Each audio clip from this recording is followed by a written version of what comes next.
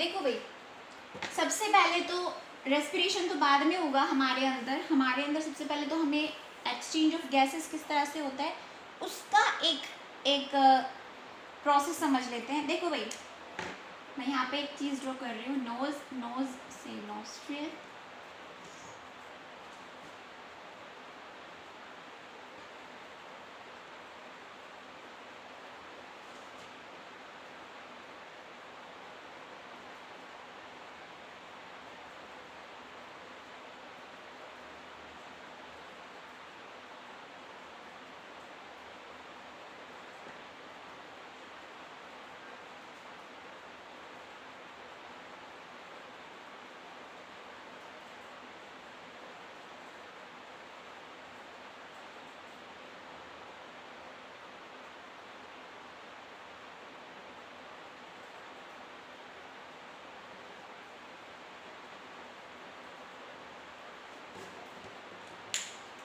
देखो भाई, सबसे पहले तो जो एयर है हमें पता है हमारी नोज़ होती है, नोज़ के अंदर ये हमें नोस्ट्रल्स होते हैं, उनके थ्रू हम लोग क्या करते हैं, इनहेल करते हैं, अंदर लेते हैं किसको, एयर को। ठीक है, अब आप जानते हो कि हमारी नोज़ के अंदर छोटे छोटे हेयर्स प्रेजेंट होते हैं और साथ में कुछ म्यूकस प्रेजेंट होता है। इस हेयर और ये जो हमारी छोटे छोटे ये जो छेद है ना, इनको हम लोग नोस्ट्रिल बोलते हैं, और यहाँ पर प्रेजेंट क्या होते हैं, हेयर एंड म्यूकस। अब बात करते हैं कि भाई इनका क्या काम है, क्यों दे रखे हैं भाई ये। ठीक है, तो हेयर और म्यूकस का काम होता है साफ सफाई करने का नोस्ट्रिल के अंदर।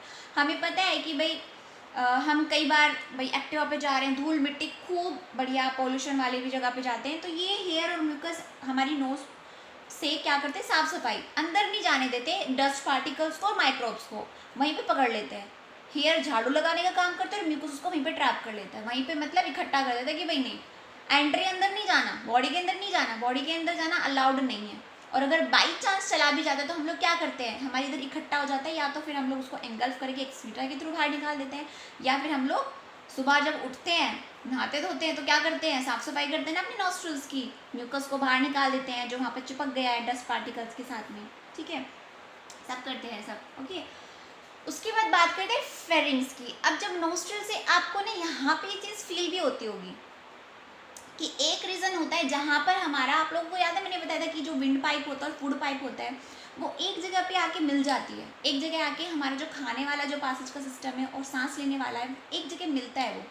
ठीक है, लेकिन जनरली उसके लिए भी नेचर ने क्या कर रखा है, मैंने आप लोगों को एपिग्लोटिस बताया था कि जब आप स्वेलो करोगे ना तो आप सांस नहीं ले सकते, क्योंकि उस टाइम पे जो हमारी विंड पाइप है उसको कवर कर जाना होता है ताकि जो फूड पार्टिकल्स है वो हमारी विंड पाइप में ना आ जाए और हमारा जो चॉकिंग ना हो जाए।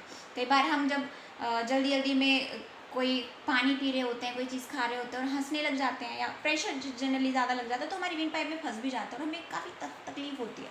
ठीक है, तो एक रीज़न होता है जहाँ पर फेरिंग्स रीज़न ही होता है जहाँ पर हमारी जो विंड पाइप है और फूड पाइप है वो कनेक्ट हो रही होती एक तरह से, मतलब सेम एक पॉइंट आ जाता है जहाँ पर वो मिलेंगे। उससे आगे बढ़ते हैं लैरिंग्स। ठीक है, कॉमन नेम इसका साउंड बॉक्स, हम कॉमनली साउंड बॉक्स के नाम से जानते हैं, बट लैरिंग्स इसका टेक्निकल नेम है। लैरिंग्स क्या होते हैं, ये आप अगर यहाँ पर अपने फिंगर रखो तो आपको ये वाइब्रेट करता हुआ दिखाई देगा, ये मतलब वाइब्रेशन फील होगी, ये साउंड बॉक्स है, यहीं से ही हमारी आवाज़ निकलती है। अगर हम लोग इसको दबाएं तो हमारी आवाज़ नहीं निकलेगी। आपको मतलब बहुत ज़्यादा मत करना, बहुत ज़्यादा प्रेशर नहीं लगाना, मतलब हल्का सा ऑब्जर्व करने के लिए कर सकते हो कि भाई अगर हम इसको बंद करें तो हमारी आवाज़ लगा आने में दिक्कत होती है, क्योंकि ये साउंड बॉक्स है, यहीं से ही साउंड बनती है। ठीक है, वर्ड फॉर्मेशन तो हम लोग ये लिप्स या टंग आपस में मिलाते हैं तब वर्ड फॉर्मेशन होती है, अदरवाइज आवाज़ के बिना तो ये होंगे ही नहीं, आवाज़ यहीं से आ रही है। ओके, उसके बाद आपको ट्रैकी या ट्रैकी में बोलते हैं, ट्रैकी इसका टेक्निकल नेम है, कॉमनली हम इसको विंड पाइप के नाम से जानते हैं। ठीक है, और जो ट्रैकी है ये सपोर्टेड होती है, ये गोल गोल आप खुद भी फील कर सकते हो, ये गोल गोल ये रिंग्स ऑफ कार्टिलेजिनस रिंग होते हैं, रिंग ऑफ कार्टिलेज। किसकी बनी होती है ट्रैकी, रिंग ऑफ कार्टिलेज। क्यों भाई, क्यों सपोर्टेड होती है ये wind pipe ring of cartilage से, ताकि जो विंड पाइप है वो जब पास हो रही हो एयर उस टाइम पे कोलैप्स ना करे, क्योंकि कोलैप्स कर गई वो तो हमारी एयर रुक जाएगी, जिससे हमें क्या हो सकती है, सफोकेशन हो सकती है, दम घुट सकता है हमारा। तो ये रिंग ऑफ कार्टिलेज बचा के रखती है, तो लिख सकते हैं हम इसको कि prevent collapsing of wind pipe, ट्रैकी। ठीक है भाई। उसके बाद हम ट्रैकी के बाद आते हैं, ट्रैकी जो है वो हमारी डिस्ट्रीब्यूट हो जाती है ब्रांच में, लेफ्ट और राइट में। ब्रोंक्यूल्स के अंदर फर्दर ब्रोंक्यूल्स डिवाइड कर जाती हैं और फर्दर ब्रांचेस के अंदर जिनको हम लोग ब्रोंकाई बोलते हैं, सिंगुलर फॉर्म ब्रोंकस। उसके बाद जो छोटी छोटी क्लस्टर लाइक स्ट्रक्चर होती है जिसको हम लोग बोलते हैं एल्वुलाई। असल में इनके अंदर ये एल्वुलाई होते हैं जो मेन काम करते हैं। ठीक है, बात करेंगे कैसे। अब ये जो चीज़ें बता रही है ना, ये ट्रैकी के बाद ये जो चीज़ है, ये तीनों चीज़ें जो हैं जनरली तो ये दो चीज़ें ये प्रेजेंट होती है लंग्स के अंदर। ठीक है, मैं अब इसको इरेज करके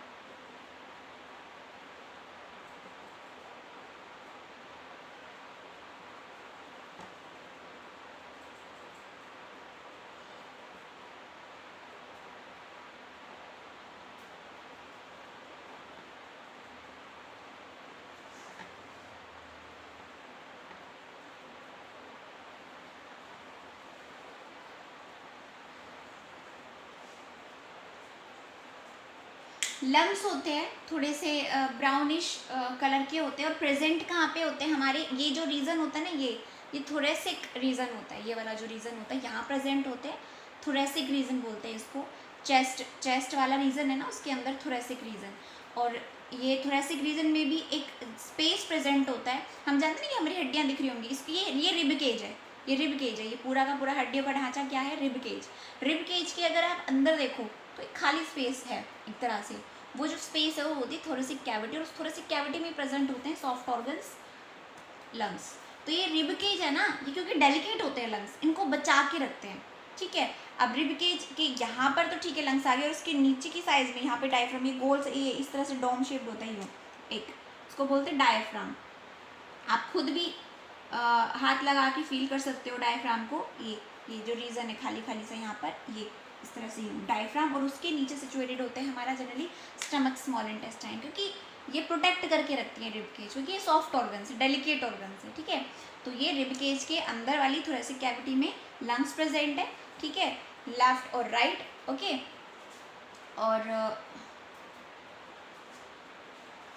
इसमें ये जो है, ये जो मैंने बनाई है, ये है ट्रैकी। ट्रैकी फर्दर डिवाइड हो जाते हैं और क्या बना लेते हैं, ये क्या है, लेफ्ट और राइट ब्रोंक्यूल्स, दो ब्रोंक्यूल्स में डिवाइड हो जाते हैं। उसके बाद ये फर्दर ब्रांचेस बना लेती है जिनको बोलते हैं हम लोग ब्रोंकाई। ब्रोंकाई क्यों, क्योंकि बहुत सारी ब्रांचेस है प्लूरल, और उसके बाद ये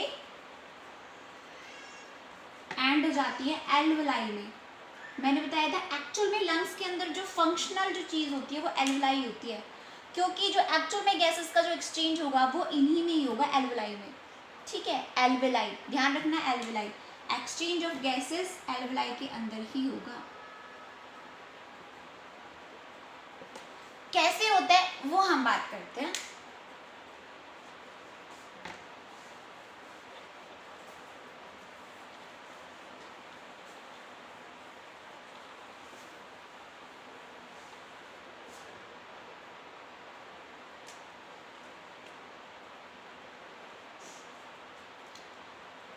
देखो भाई, एल्वुलाई के अंदर मैंने बोला एक्सचेंज ऑफ गैसेस होता है। कैसे, एल्वुलाई के अंदर एक्सचेंज ऑफ गैसेस होता है through the process known as diffusion. Got it. अब इस प्रोसेस के बारे में आप लोग ने बहुत अच्छे से सुन रखा होगा, फिर भी बहुत बहुत हल्का सा मैं बता देती हूँ कि क्या होता है। आप लोगों ने वो 9th में सुना होगा ना कि भाई हमारे पास एक सॉल्यूशन होता है, सॉल्यूशन एक मेम्ब्रेन से हमने यहाँ पे लगा दिया, डिवाइड कर दिया। ठीक है, दो सॉल्यूशन, एक सॉल्यूशन ये है और एक सॉल्यूशन इधर है। अब इस सॉल्यूशन में सॉल्यूट पार्टिकल्स हैं ज़्यादा, इसमें है कम, तो जहाँ पर हाई कंसंट्रेशन होती है सॉल्यूट की, वो किधर जाने लग जाता है, किधर जाएगा, जहाँ पर लो कंसंट्रेशन होगी, ठीक है, हाई से लो की तरफ जाने लग जाएगा। कब तक, जब तक कि ये एक इक्विलिब्रियम स्टेट में ना आ जाए। इक्विलिब्रियम मतलब बराबर ना हो जाए। इसी को हमने क्या बोला था, डिफ्यूजन बोला था ना, 9th में आपने पढ़ा होगा कि जब high concentration solute low concentration की तरफ ट्रेवल करता है, जब तक कि वो इक्विलिब्रियम इक्वल ना हो जाए दोनों तरफ हाँ की कंसंट्रेशन, उसको हम लोग डिफ्यूजन बोलते हैं, ठीक है। सॉल्यूट सॉल्वेंट पता ही है, सॉल्वेंट जनरली वाटर काम करता है। सॉल्यूट अगर हम लोग मान लो नींबू पानी बना रहे हैं तो नींबू पानी में जो सॉल्यूट है वो क्या है, चीनी, नमक, और जो सॉल्वेंट है वो पानी है, ठीक है। तो हाई कंसंट्रेशन से लो कंसंट्रेशन की तरफ जो ट्रैवल करता है डिफ्यूजन। तो एल्वेलाई में भी एक्सचेंज ऑफ गैसेस ऐसा ही होता है, ठीक है। अब मैं बताती हूँ कैसे। देखो, जो आप जानते हो एटमॉस्फेयर है, एटमॉस्फेयर में ऑक्सीजन की कितनी कंसंट्रेशन होती है, 21% के आसपास होती है, हमारी बॉडी में कम होती है। तो बाहर ज़्यादा है, हमारी बॉडी में कम है। तो हम जब इनहेल करेंगे तो वो बाहर से अंदर जा रही है, यानी कि बाहर से हाई से कम की तरफ जा रही है, ठीक है। कैसे कैसे बताती हूँ मैं, ये याद रखना। डिफ्यूजन कैसे होती है, हाई कंसंट्रेशन से लो कंसंट्रेशन की तरफ, ठीक है भाई। हमारी नोज है, सबसे पहले जो आएगी, जो गैसेस हैं वो आएंगी हमारी लंग्स के पास। लंग्स एल्वेलाई, मतलब एल्वेलाई से वो कौन ले लेगा, ब्लड ले लेगा, ठीक है, ब्लड ले लेता है। उसके बाद ब्लड क्या करता है, एक्चुअल में जो ब्लड की पंपिंग है वो हार्ट करवाता है। पंपिंग ब्लड की हर एक सेल्स के पास हार्ट करवाता है, ठीक है। और हार्ट जो है वो ब्लड पंप करेगा, फिर लंग्स से ऑक्सीजन लेके वो ब्लड तब बॉडी के पास जाएगा, ठीक है। तो हार्ट है वो ब्लड पंप करवाएगा और ब्लड फिर वो क्या करेगा, लंग्स से ऑक्सीजन ले लेगा। ऑक्सीजन ले लिया यानी कि ऑक्सीजनेटेड ब्लड हो गया। अब ऑक्सीजन लेने के बाद ब्लड कैसा हो गया है, ऑक्सीजनेटेड हो गया है। और फिर वो लंग से कहाँ जाएगा, डिफरेंट बॉडी पार्ट्स में, ठीक है। अब बॉडी पार्ट्स में गया और कोई भी सेल हो गई, बॉडी पार्ट्स में कोई भी सेल हो गई, तो वहां पर क्या प्रेजेंट है, ऑलरेडी ग्लूकोज प्रेजेंट है और वहां पे मिल गई इसको ऑक्सीजन, तो ब्रेक डाउन हो जाएगा, क्या रिलीज कर देगा, एनर्जी। ग्लूकोज टूटेगा, ऑक्सीजन की प्रेजेंस में एनर्जी होगी, साथ में क्या निकल जाता है, CO2 आ गया यहाँ पे CO2। अब इस CO2 को वापस ब्लड क्या करेगा, ब्लड लेके जाएगा वापस हार्ट के पास। क्या करेगा ये, वापस ब्लड कौन लेके जाएगा, ब्लड ही लेके जाएगा, किसको, CO2 को।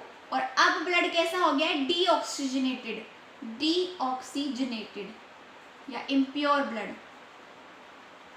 क्यों, उसके पास CO2 है। अब वो CO2 वापस से फिर हार्ट के पास लेके जाएगा, कहाँ लेके जाएगा, हार्ट के पास लेके जाएगा, ठीक है। अब हार्ट उस इम्प्योर ब्लड को, CO2 को वापस से कहाँ दे देगा, लंग को दे देगा, और लंग से फिर वापस वही पाथ ट्रैवल करके CO2 हमारे हम लोग एक्सेल के थ्रू बाहर निकाल देते हैं, ठीक है। और फिर से वही प्रोसेस की, फिर से लंग्स के थ्रू ऑक्सीजन आएगी और फिर हार्ट ब्लड को भेजेगा, यहाँ से लंग से ब्लड ऑक्सीजन के साथ मिल जाएगा, जिसको बोलेंगे ऑक्सीजनेटेड ब्लड। ऑक्सीजनेटेड ब्लड फिर से कैसे जाएगा, बॉडी पार्ट्स के पास, बॉडी पार्ट्स में ग्लूकोज से मिलेगा ऑक्सीजन, एनर्जी निकलेगी, CO2 निकलेगी, फिर से डीऑक्सीजनेटेड। जनरली अगर आप बुक में देखो तो डीऑक्सीजनेटेड ब्लड को हम रिप्रेजेंट करते हैं थोड़े से डार्क कलर में, ब्लू कलर में।